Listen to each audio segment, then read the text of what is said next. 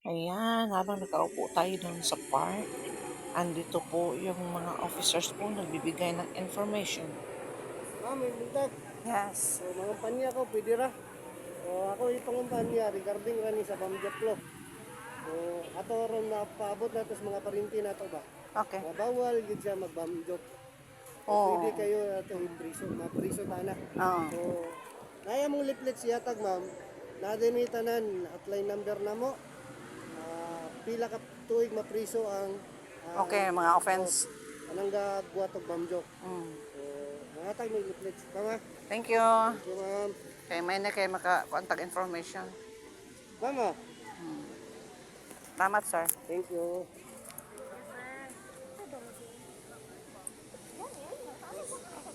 Sir, natag ni. Dili mo, late to din. Regarding po ni sa atong anti-smoking dito ito ata na. Natag ni natin.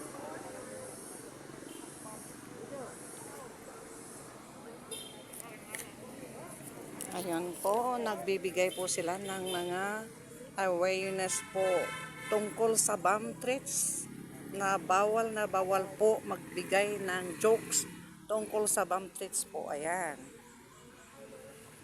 So, ito po may mga hotlines dito na pwedeng tawagan. At saka yung mga offenses po na magaganap po ay may kaukulang parusa. So, ayan po, tayo po ay nasisiyahan dahil po sa mga information nila. Ayan, andito pa rin tayo sa Capitol Ground. So, ayan po. Inaisa-isa nila yung mga stall doon. Ayan o. At saka yung mga tao dito, binigyan po ng ganito information. Thank you guys for watching. God bless everyone.